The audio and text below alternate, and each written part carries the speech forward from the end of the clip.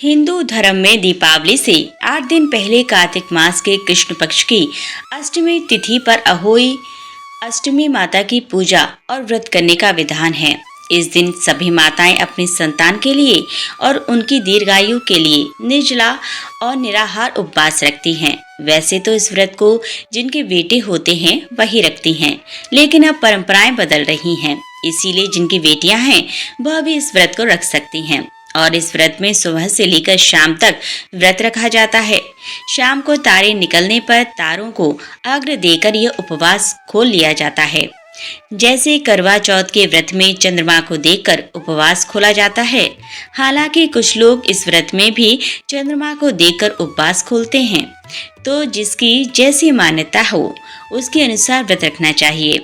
आज के इस वीडियो में मैं आपके साथ अहोई अष्टमी की बहुत ही सरल और आसान पूजा विधि शेयर कर रही हूँ। आप इस वीडियो को पूरा ज़रूर देखिएगा ताकि जो भी महिलाएं इस बार पहली बार व्रत रखना चाहती हैं उन्हें पूजा करने में आसानी हो। और इस व्रत को ऐसी महिलाएं भी रख सकती हैं जिन्हें अभी तक संतान सुख प्राप्त नहीं हुआ है। अहोई अष्टमी के दिन पूजा शाम के समय की जाती है। प्रदोष काल के समय भी इस पूजा को किया जाता है। कुछ जगह पर दोपहर में पूजा कर ली जाती है और शाम को जब तारे निकलने का समय हो तब केवल तारों को अर्घ्य देकर व्रत खोला जाता है। तो पूजा की तैयारी आपको पहले ही करके रख लेनी है, जिसके लिए एक चौकी पर आपको साफ लाल वस्त्र बिछा लेना चाहिए। कुछ लोगों के यहाँ पर करवा चौथ के दिन जो पूजन होता है वह चौकी दीपावली तक रहती है, तो आप चाहें उसी चौकी पर पूजा कर सकते हैं। अब सबसे पहले आपको चौकी पर वस्त्र बिछाकर गंगा जल छिड़ककर शुद्ध कर लेना है। अब आपको अहोई माता का पोस्टर, कैलेंडर, तस्वीर, फ्रेम जो कुछ भी आपको मिले वह आपको चौकी पर स्थापित करना है।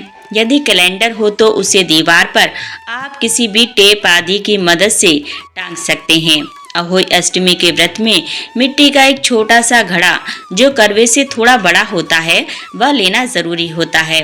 कुछ लोग 2 घड़े भी रखते हैं, तो अपने यहाँ की मान्यताओं के अनुसार मिट्टी का घड़ा लें आप और उसे पहले पानी में भिगोकर रख लें।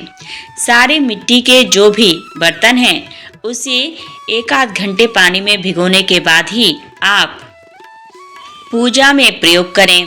अब उस मिट्टी के घड़े के अंदर आपको कोई भी अनाज भर लेना है। कुछ लोग अक्षत यानी चावल भरते हैं, कुछ लोग गेहूं भरते हैं, कुछ लोग ड्राई फ्रूट्स भी भरते हैं।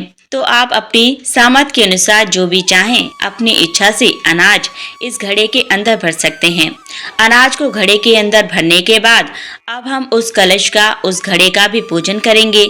घड़े के कंठ पर हम मौली या कलावा बांध लेंगे और घड़े पर भी हम स्वास्तिक का चिन्ह बना लेंगे। और इसके अलावा आपको एक और कलश चाहिए होगा। मिट्टी वाला सिंपल कलश हो, छोटा लोटा हो तो वो भी आप ले सकते हैं, या कोई भी स्टील या धातु का लोटा जिसमें हम जल भरकर रखेंगे। तारों को जल का अर्घ्य देना होता है, वो आपके साथ में रखा होना चाहिए। तो आपको 2 कलश होने चाहिए। मिट्टी का एक कलश हो तो दूसरा स्टील का हो, या दोनों ही आप मिट्टी के प्रयोग कर सकते हैं। अब जो दूसरा वाला छोटा लोटा है उसमें आपको जल भरना है। शुद्ध जल भरें, उस पर थोड़ा गंगा जल मिलाएं और फिर दूसरे कलश का भी इसी तरह से पूजन करना है। कंठ में कलावा बांधें और तिलक लगा लें, क्योंकि अहोई अष्टमी के व्रत में अहोई की माला या लॉकेट भी पहना जाता है।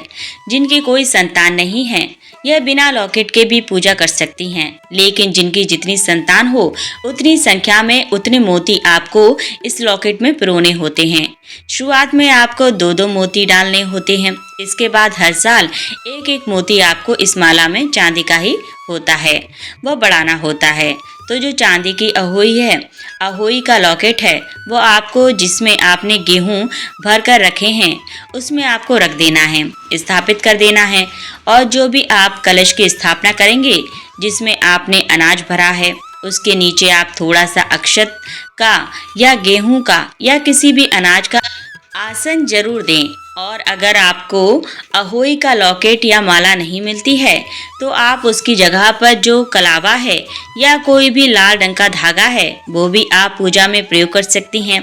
पूजा करने के बाद गले में पहन सकती हैं, क्योंकि यह जो अहोई का लॉकेट होता है यह वैसे तो दीपावली तक पहना जाता है, और जो लोग दीपावली तक नहीं पहन सकते वह कम से कम 24 घंटे तक इस लॉकेट को पहनते हैं और फिर उसको विधि विधान से उतारकर अगले साल पूजा के लिए दोबारा से यूज में लाने के लिए किसी सुरक्षित और शुद्ध जगह पर रख देते हैं।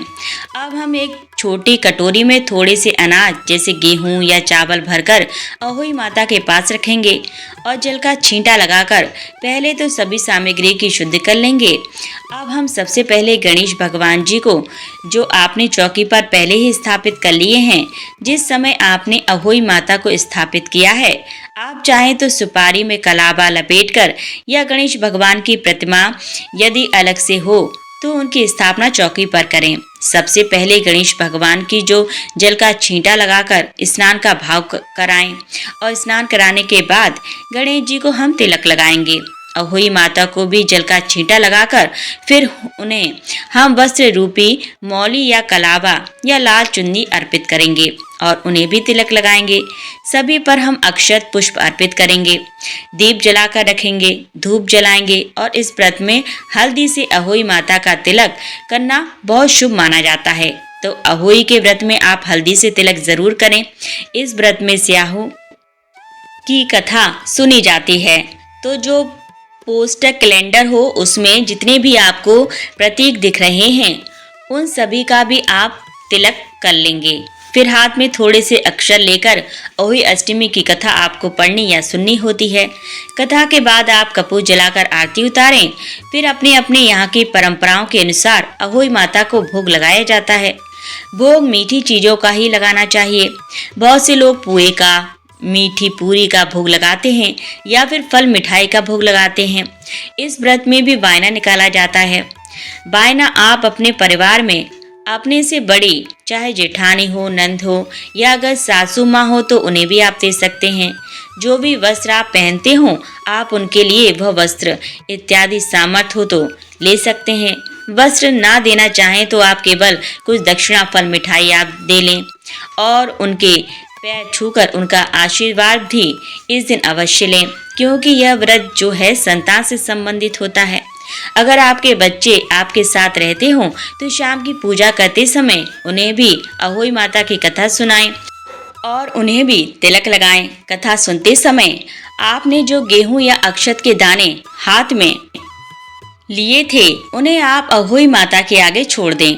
और क्योंकि इस व्रत में तारों को अर्घ्य दिया जाता है तो जो कटोरी आपने अहोई माता के सामने रखी थी उसी में से कुछ दाने लेकर आपको अर्घ्य देने वाला जो जल का लोटा है उसमें डालकर फिर तारों को अर्घ्य देना होता है। तारों की तरफ देखते हुए पूर्व दिशा की ओर मुंह करके आप शाम के समय तारों को अर्घ्य दें। ध्यान रखें अर्घ्य देने वाला जो जल होता है उसके छींटे पैरों पर ना पड़े तो नीचे कोई पौधा या गमला वगैरह आप रख लें या कोई खाली बर्तन रख लें और तारों की आरती उतारने के बाद अहोई माता से और जितने आसमान में तारे हैं उन सभी से प्रार्थना करें कि वे आपके संतान को दीर्घायु रखें, निरोगी रखें और उनका भविष्य सुखद हो, ऐसी कामना करें। और जो भी आपने अहोई माता को भोग लगाया है उसे प्रसाद रूप में अपने बच्चों को खिलाएं। अपने परिवारजनों में बांटकर स्वयं भी ग्रहण कर सकते हैं। इस व्रत में शाम के समय जो सात्विक भोजन आपने बनाया है पूरी सब्जी का वह आप खुद भी ग्रहण कर सकते हैं। पूजा की चौकी किसी किसी के यहाँ दीपावली के बाद, भाई दूज के बाद हटाई जाती है और जिनके यहाँ पर ऐसा नहीं होता है वह अहोई अष्टमी के ठीक अगले दिन चौकी हटा सकते हैं। जिसमें आपने जिस घड़े में गेहूं भर के रखे थे उसमें और गेहूं मिलाकर आप किसी भी निर्धन सुहागन महिला को दे सकते हैं या किसी भी गरीब महिला को दे सकते हैं।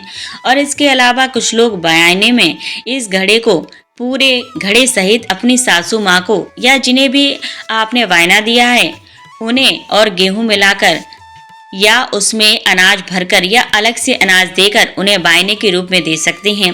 जिनके यहाँ भी अहोई की पूजा सुबह, दोपहर या शाम जिस समय भी होती है, उस समय पूजा करने के बाद जो अहोई माता का लॉकेट है वो गले में पहन लेना होता है और पहनने के बाद आप उसे जब भी आपके यहाँ पर उतारा जाता हो उस समय विधि विधान के साथ उतार दें।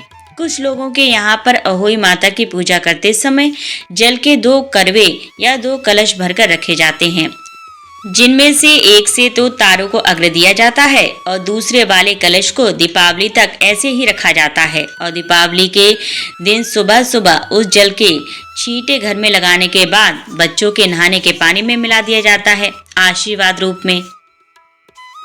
इस दिन व्रती महिलाओं को भूलकर भी कोई भी पेड़ पौधा नहीं उखाड़ना चाहिए और नाखून, बाल इत्यादि नहीं काटने चाहिए। साबुन, शैम्पू और तेल आदि का इस्तेमाल करने से भी बचना चाहिए। अहोई अष्टमी की पहली कथा। एक साहूकार था जिसके 7 बेटे थे, 7 बहुएं थीं और 1 बेटी थी। दीपावली से पहले कार्तिक अष्टमी के दिन सातों बहुएं अपनी इकलौती ननद के साथ में जंगल से मिट्टी लेने के लिए गईं। जहां से वे मिट्टी खोद रही थीं, वहां पर स्याऊ से अर्थात सेई स्याऊ माता की मात थी। मिट्टी खोदते समय ननद के हाथ से सेई का बच्चा मर गया। तब स्याऊ माता बोली, तूने मेरे बच्चे को मारा है, इसीलिए मैं तेरी कोख को बांध दूंगी। तब ननद ने अपनी सातों भाभियों से कहा कि मेरे बदले में तुम में से कोई अपनी कोख बंधवा लो। 6 भाभियों ने अपनी कोख बंधवाने से इनकार कर दिया, लेकिन सबसे छोटी यानी कि 7वीं भाभी सोचने लगी कि यह तो मेरी इकलौती ननद है और अगर इसकी कोख बन जाएगी तो इसका वैवाहिक जीवन कैसे कटेगा। लेकिन अगर मैं अपनी कोख बंधवा लूंगी तो कोई परेशानी नहीं होगी, क्योंकि मेरी जो 6 जेठानियां हैं उनकी संतान होने से वंश तो चलता ही रहेगा। ऐसा सोचकर उस सबसे छोटी भाभी ने ननद के बदले में अपनी कोख बंधवा ली। अब तो उस छोटी बहू के जो भी बच्चा होता वह पैदा होने के 7वें दिन ही मर जाता। इससे दुखी होकर उसने एक ब्राह्मण को बुलाया और उनसे पूछा कि क्या इस समस्या का कोई समाधान है। तब ब्राह्मण ने बताया कि काली गाय स्याऊ माता की सहेली है, इसीलिए तुम काली गाय की सेवा किया करो। तुम्हारी सेवा से प्रसन्न होकर जब काली गाय तुमसे वरदान मांगने को कहे तो तुम कहना कि हे गाय माता, तुम अपनी सहेली से कहकर मेरी कोख खुलवा दो। फिर जब तुम्हारी कोख खुल जाएगी तो तुम्हारा बच्चा जीवित रहेगा। बहू ने वैसा ही करने का निश्चय किया। इसके बाद से वह छोटी बहू प्रातः काल ही उठकर चुपचाप काली गाय के नीचे सफाई आदि कर जाती और चारा पानी रख जाती।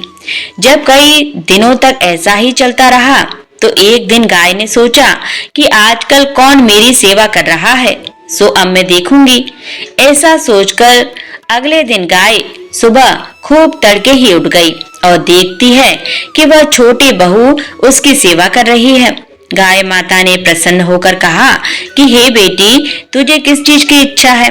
तब छोटी बहू ने कहा, हे गौ माता, स्याऊ माता तुम्हारी सहेली है और उन्होंने मेरी कोख बांध रखी है, तुम उनसे कहकर मेरी कोख को खुलवा दो। गाय माता ने कहा, अच्छा ऐसा ही होगा। अब तो गाय माता उस छोटी बहू को साथ में लेकर अपनी सहेली से मिलने के लिए चली, लेकिन स्याऊ माता 7 समुद्र के पार रहती थी। रास्ते में कड़ी धूप पड़ रही थी, सो वे दोनों एक पेड़ के नीचे बैठ गईं। उस पेड़ पर गरुड़ पक्षी का बच्चा बैठा था। थोड़ी देर में एक सांप आया और उस बच्चे को डसने लगा। तब उस छोटी बहू ने सांप को मारकर मिट्टी के नीचे दबा दिया और उसके बच्चे को बचा लिया। थोड़ी देर में उस बच्चे की माता गरुड़ आई तो वहां पर खून पड़ा हुआ देखकर उस छोटी बहू को चोंच मारने लगी। तब बहू ने कहा, मैंने तेरे बच्चे को नहीं मारा है, बल्कि एक सांप तेरे बच्चे को डसने के लिए यहाँ आया था, तो मैंने उस सांप को मारकर तेरे बच्चे की रक्षा की है। तब उस गरुड़ माता ने कहा कि मैं तुमसे बहुत प्रसन्न हूँ, बोलो तुम क्या मांगती हो। बहू बोली कि 7 समुद्र पार स्याऊ माता रहती है, तुम हमें उसके पास पहुंचा दो। तब गरुड़ माता ने उन दोनों को अपनी पीठ पर बैठा लिया और तेज गति से उड़कर उन्हें स्याऊ माता के पास में पहुंचा दिया। स्याऊ माता उन्हें देखकर बोली, आओ बहन, अब तो बहुत दिनों बाद आई हो। फिर कहने लगी कि मेरे सिर में जुएं पड़ गई हैं, उन्हें निकाल दो। तब उस बहू ने सलाई से सारी जुएं निकाल दी। इस पर स्याऊ माता प्रसन्न होकर बोली कि तूने मेरे सिर में बहुत सलाई डाली है, इसीलिए तेरे 7 बेटे और 7 बहुएं होंगी।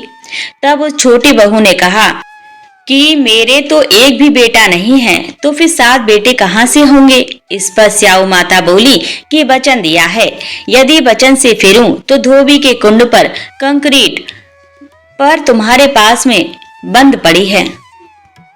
यह सुनकर स्याऊ माता बोली कि तूने तो मुझे ठग लिया। वैसे तो मैं तेरी कोख नहीं खोलती, लेकिन अब खोलनी पड़ेगी। जा, तुझे अपने घर पर 7 बेटे और 7 बहुएं मिलेंगी। तेरा घर परिवार सदा सुखी रहेगा। तू घर जाकर उजमन अर्थात उत्सव करियो, 7 अहोई बनाकर 7 कढ़ाई करियो। इससे तेरी संतान सदा सुखी रहेंगी और तरक्की करेंगी। फिर छोटी बहू स्याऊ माता को प्रणाम करके गाय माता के साथ में वापस आ गई। अपने घर पहुंचकर उसने देखा कि उसके 7 बेटे और 7 बहुएं बैठी हुई हैं। यह देखकर वह बहुत प्रसन्न हुई और 7 अहोई बनाई। फिर 7 प्रकार की कढ़ाई करके उचमन किया। रात के समय जेठानियां कहने लगी कि जल्दी से पूजा कर लो। यदि छोटी बहू ने हमें पूजा करते हुए देख लिया तो वह अपने बच्चों को याद करके रोने लगेगी। फिर थोड़ी देर बाद उन्होंने अपने बच्चों से कहा कि अपनी चाची के घर पर देखाओ कि आज वह अभी तक रोई क्यों नहीं है। बच्चों ने जाकर देखा और लौटकर बताया कि चाची के घर तो खूब उजमन हो रहा है। यह सुनकर 6 जेठानियां दौड़ी दौड़ी उसके घर गईं और पूछने लगी कि तूने अपनी कोख कैसे छुड़ाई और तेरे इतने बेटे बहू कैसे हुए। तब छोटी बहू ने बताया, उस समय तुमने तो अपनी कोख बंधवाई नहीं थी, सो मैंने अपनी कोख बंधवा ली थी। तब मैंने गाय माता की सेवा की और उनके कहने से स्याऊ माता ने मेरी कोख खुलवा दी। उनके आशीर्वाद से ही मेरे इतने बेटे बहू हैं। हे स्याऊ माता, आपने बहू को जैसा फल दिया वैसा ही सबको देना। जिस प्रकार से बहू की कोख खोली उसी प्रकार से हमारी भी खोलना। इस कथा को कहने वालों और सुनने वालों की कोख खोलना, सारे परिवार की कोख खोलना, हम सबकी संतानों को सद्बुद्धि देना और खूब होशियार बनाना। हमारी संतान को सभी प्रकार की विद्या और धन प्रदान करना, हमारी संतान को सुख समृद्धि प्रदान करना। बोलिए स्याऊ माता की जय। माता और उनके भक्तों की जय। बोलिए अहोई माता की जय।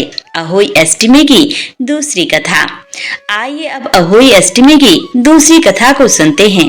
बहुत समय पहले एक नगर में चंद्रभान नामक साहूकार रहता था। उसकी पत्नी चंद्रिका बहुत सुंदर, सर्वगुण संपन्न, सती, साध्वी, शीलवान, चरित्रवान तथा बुद्धिमान थी। उसके कई पुत्र और पुत्रियां थीं, परंतु वे सभी बाल्यावस्था में ही परलोक सिधार चुके थे। दोनों पति पत्नी संतान न रह जाने से व्यथित रहते थे। वे दोनों प्रतिदिन मन में सोचते कि हमारे मर जाने के बाद इस धन संपदा को कौन संभालेगा। एक बार उन दोनों ने निश्चय किया कि वनवास लेकर शेष जीवन प्रभु भक्ति में व्यतीत करेंगे। इस प्रकार वे दोनों अपना घर बार त्याग कर वन की ओर चल दिए। रास्ते में जब थक जाते तो रुककर थोड़ा विश्राम कर लेते और फिर चल पड़ते। इस प्रकार धीरे धीरे वे बद्रिका आश्रम के निकट शीतल कुंड में जा पहुँचे। वहां पहुंचकर दोनों ने निराहार रहकर प्राण त्यागने का निश्चय कर लिया। इस प्रकार निराहार व निर्जर रहते हुए उन्हें 7 दिन हो गए तो आकाशवाणी हुई कि तुम दोनों प्राणी अपने प्राण मत त्यागो। यह सब दुख तुम्हें तुम्हारे पूर्व पापों के कारण भोगना पड़ा है। यदि तुम्हारी पत्नी कार्तिक मास के कृष्ण पक्ष में आने वाली अहोई अष्टमी को अहोई माता का व्रत और पूजन करे तो अहोई देवी प्रसन्न होकर साक्षात दर्शन देंगी। तुम उनसे दीर्घायु पुत्रों का वरदान मांग लेना। व्रत के दिन तुम राधा कुंड में स्नान करना। चंद्रिका ने आकाशवाणी के बताए अनुसार विधि विधान से अहोई अष्टमी को अहोई माता का व्रत और पूजन अर्चन किया और तत्पश्चात राधा कुंड में स्नान किया। जब वे स्नान इत्यादि के बाद घर पहुँचे तो उस दंपत्ति को अहोई माता ने साक्षात दर्शन देकर वर मांगने को कहा। साहूकार दंपत्ति ने हाथ जोड़कर कहा, हमारे बच्चे कम आयु में ही परलोक सिधार जाते हैं, आप हमें बच्चों की दीर्घायु का वरदान दें। तथास्तु कहकर अहोई माता अंतर्ध्यान हो गई। कुछ समय के बाद साहूकार दंपत्ति को दीर्घायु पुत्रों की प्राप्ति हुई और वे सुखपूर्वक अपना गृहस्थ जीवन व्यतीत करने लगे। बोलिए अहोई माता की जय, बोलिए शंकर पार्वती भगवान की जय। अहोई अष्टमी की तीसरी कथा। आइए अब अहोई अष्टमी की तीसरी कथा को सुनते हैं। किसी नगर में एक सेठ सेठानी रहते थे। उनके 7 पुत्र थे। एक दिन सेठ की पत्नी खदान में से खोद कर मिट्टी लाने के लिए गई। जैसे ही उसने मिट्टी खोदने के लिए कुदाल चलाई, वैसे ही उसमें रह रहे स्याहू के बच्चे प्रहार से आहत होकर मृत्यु को प्राप्त हुए। जब साहूकार की पत्नी ने स्याहू को रक्त रंजित देखा तो उसे बच्चों के मर जाने का अत्यधिक दुख हुआ, परंतु जो कुछ होना था वो हो चुका था। यह भूल उससे अनजाने में हो गई थी, अतः दुखी मन से वह घर लौट आई। पश्चाताप के कारण वह मिट्टी भी नहीं लाई। इसके बाद स्याहू जब घर में आई तो उसने अपने बच्चों को मृत अवस्था में पाया। वह दुख से कातर हो अत्यंत विलाप करने लगी। उसने ईश्वर से प्रार्थना की कि जिसने मेरे बच्चों को मारा है उसे भी त्रिशोधक भोगना पड़ेगा। इधर स्याहू के श्राप से 1 वर्ष के अंदर ही सेठानी के 7 पुत्र काल कवलित हो गए। इस प्रकार ही दुखद घटना देखकर सेठ सेठानी अत्यंत शोकाकुल हो उठे। उस दंपत्ति ने किसी तीर्थ स्थान पर जाकर अपने प्राणों का विसर्जन कर देने का मन में संकल्प कर लिया। मन में ऐसा निश्चय कर सेठ सेठानी घर से पैदल ही तीर्थ की ओर चल पड़े। उन दोनों के शरीर में जब तक जान थी तब तक वे बराबर आगे बढ़ते रहे। जब वे चलने में बिल्कुल असमर्थ हो गए तो रास्ते में ही मूर्छित होकर भूमि पर गिर पड़े। उन दोनों की इस दयनीय दशा को देखकर करुणानिधि भगवान उन पर दयाद्र हो गए और आकाशवाणी की कि हे सेठ, तेरी सेठानी ने मिट्टी खोदते समय अनजाने में ही सेही के बच्चों को मार डाला था, इसीलिए तुझे भी अपने बच्चों का कष्ट सहना पड़ा। अब तुम दोनों अपने घर जाकर गाय की सेवा करो और अहोई अष्टमी आने पर विधि विधान पूर्वक प्रेम से अहोई माता की पूजा करो। सभी जीवों पर दया भाव रखो, किसी का अहित ना करो। यदि तुम मेरे कहने के अनुसार आचरण करोगे तो तुम्हें संतान सुख प्राप्त हो जाएगा। इस आकाशवाणी को सुन सेठ सेठानी को कुछ धैर्य हुआ और वे दोनों भगवती का स्मरण करते हुए अपने घर को प्रस्थान किए। घर पहुंचकर उन दोनों ने आकाशवाणी के अनुसार कार्य करना प्रारंभ कर दिया। इसके साथ ईर्ष्या द्वेष की भावना से रहित होकर सभी प्राणियों पर करुणा का भाव रखना प्रारंभ कर दिया। भगवत कृपा से सेठानी पुनः पुत्रवान होकर सभी सुखों का भोग करने लगे और अंतकाल में स्वर्गगामी हुए। बोलिए अहोई माता की जय। ओम गम गणपतये नमः। आइए श्रवण करते हैं गणेश भगवान की अहोई अष्टमी की कथा। सृष्टि के आरंभ से ही नारी को सृजन की शक्ति दी गई है। वही माँ जो अपनी कोख में प्राणों को पालती है, वही संतानों के कल्याण के लिए उपवास रखती है, व्रत करती है और देवताओं से उनकी दीर्घायु मांगती है। ऐसे ही एक विशेष दिन का नाम है अहोई अष्टमी, जो कार्तिक मास की कृष्ण पक्ष की अष्टमी तिथि को मनाई जाती है। यह व्रत मुख्य रूप से संतान की दीर्घायु, सुख समृद्धि और सुरक्षा के लिए किया जाता है। माताएं इस दिन अहोई माता की पूजा करती हैं, परंतु इसके पीछे एक अद्भुत कथा है जो स्वयं भगवान गणेश से जुड़ी हुई है। इस कथा में छिपा है भक्ति का अर्थ, पश्चाताप की शक्ति और वरदान का रहस्य। बहुत समय पहले की बात है। एक नगर में एक धर्मास सेठ रहता था। उसकी 7 बहुएं और एक छोटी बेटी थी। सबका जीवन सुखी था, व्यापार अच्छा चल रहा था, घर में अन्न और धन की कोई कमी नहीं थी। परंतु इस सुखी घर में एक बात थी जो सेठानी को रातों की नींद हराम कर देती थी। उसकी बहुओं की कोई संतान नहीं थी। सातों बहुएं सुंदर, कुलवती और गुणवान थीं, पर वर्षों बीत जाने के बाद भी किसी की कोख नहीं फली।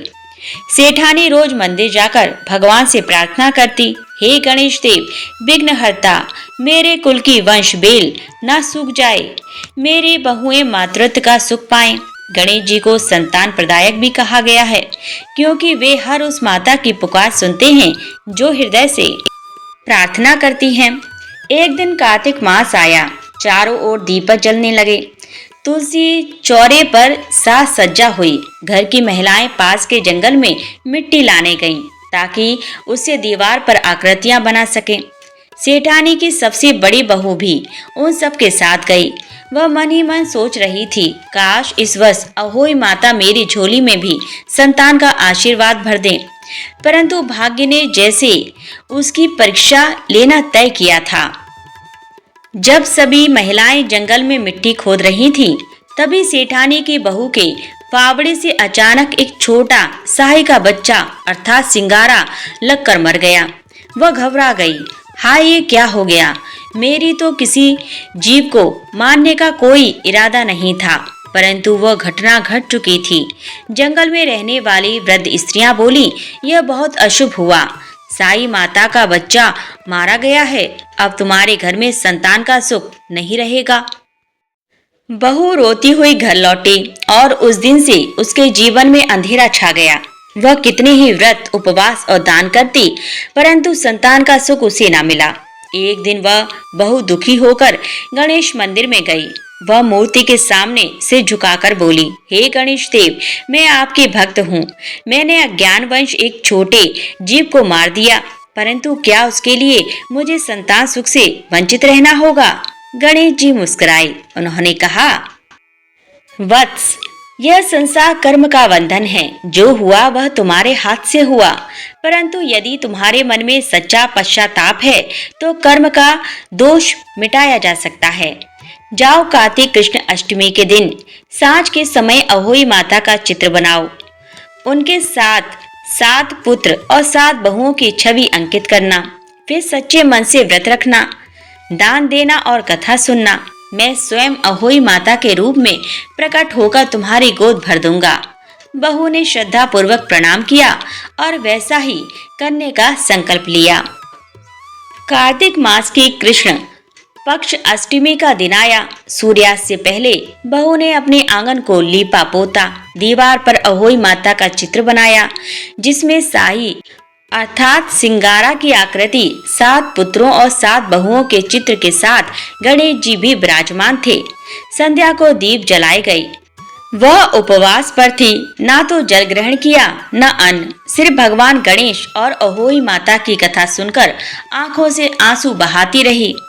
उस रात्रि वह अत्यंत थकान के कारण मंदिर के पास सो गई। सपने में उसने देखा एक तेजस्वी प्रकाश फैल रहा है और उसमें भगवान गणेश जी स्वयं प्रकट हुए हैं। उन्होंने कहा, वत्स, तुम्हारा अपराध क्षमा हुआ। जिस प्रकार तुमने निष्ठा से अहोई माता की पूजा की, उसी प्रकार हर वर्ष जो माता यह व्रत करेगी उसकी संतानों की रक्षा मैं स्वयं करूंगा। अब तुम्हारी कोख फलेगी और तुम्हारा पुत्र तुम्हारे कुल का गौरव बनेगा। वह नींद से उठी तो उसका चेहरा खुशी से चमक रहा था। कुछ ही महीनों में उसे गर्भ धारण हुआ। 9 महीने के बाद उसके घर में एक सुंदर बालक का जन्म हुआ। पूरे नगर में आनंद की लहर दौड़ गई। सेठानी ने यह चमत्कार देखा तो उसने इस व्रत को पूरे नगर में फैलाया। सब महिलाएं बोली, यह तो गणेश जी का आशीर्वाद है। उन्होंने स्वयं अहोई माता के रूप में कृपा की है। उस दिन से यह व्रत हर घर में मनाया जाने लगा। माताएं संतान के कल्याण के लिए अहोई अष्टमी को निर्जला व्रत करती। संध्या के समय दीवार पर अहोई माता का चित्र बनाती, जिसमें 7 छोटे छोटे पुत्रों, बहुओं और साही की छवि होती है।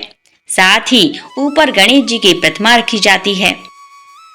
इस दिन व्रती स्त्रियां प्रातः स्नान कर स्वच्छ वस्त्र धारण करती हैं। सारे दिन अन्न जल का त्याग करती हैं। संध्या के समय घर के उत्तर दिशा की दीवार पर अहोई माता का चित्र बनाती हैं। पास में 7 अनाजों से पूजा का आसन बनाकर पानी से भरा कलश रखती हैं। कलश पर रोली, चावल, दीपक और धूप से पूजन किया जाता है। फिर कथा सुनाई जाती है और अहोई माता का नाम जप किया जाता है। रात्रि में तारे के दर्शन के बाद ही व्रत खोला जाता है। यह तारा जिसे अहोई तारा कहा जाता है, अर्थात माता के साक्षी के रूप में पूजा जाता है। एक दिन पार्वती जी ने गणेश जी से पूछा, वत्स, तू तो सबका मंगल करता है, यह व्रत अहोई माता के नाम से क्यों प्रसिद्ध हुआ? गणेश जी बोले, माते, अहोई का अर्थ है आ यानी ना और होई यानी पाप। जो इस दिन व्रत करता है उसके सारे पाप नष्ट हो जाते हैं। अहोई अष्टमी का व्रत संतान की रक्षा करता है और इस व्रत में मेरी ही शक्ति अहोई माता के रूप में पूजित होती है। जो माता श्रद्धा से यह व्रत करती है, मैं स्वयं उसके घर में विघ्न नहीं आने देता। पार्वती जी ने प्रसन्न होकर कहा, तथास्तु, यह व्रत सदा सर्वदा के लिए माताओं के लिए कल्याणकारी बना रहे।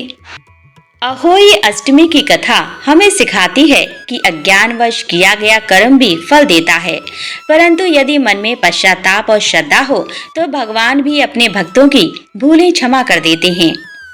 गणेश जी का संदेश यही है, पश्चाताप ही सबसे बड़ा प्रायश्चित है।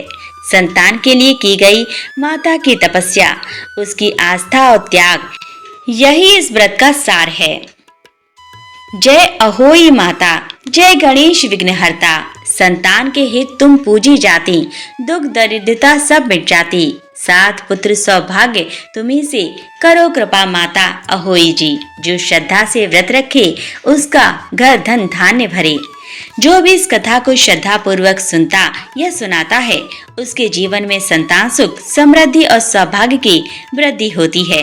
ग्रह में कलह दूर होती है और हर दिशा से मंगल घटे होता है। अहोई माता और गणेश जी की कृपा से घर में सुख शांति, संतान और समृद्धि का वास होता है। कार्तिक मास की अष्टमी को जब दीपक जलाए जाते हैं और माताएं तारों की ओर देखकर जल ग्रहण करती हैं, तो उस क्षण आकाश में भगवान गणेश मुस्कुराते हैं, क्योंकि उन्हें पता होता है कि यह व्रत केवल एक परंपरा नहीं बल्कि मातृत्व की सबसे सुंदर अभिव्यक्ति है। अहोई माता की जय, गणेश विघ्नहर्ता की जय।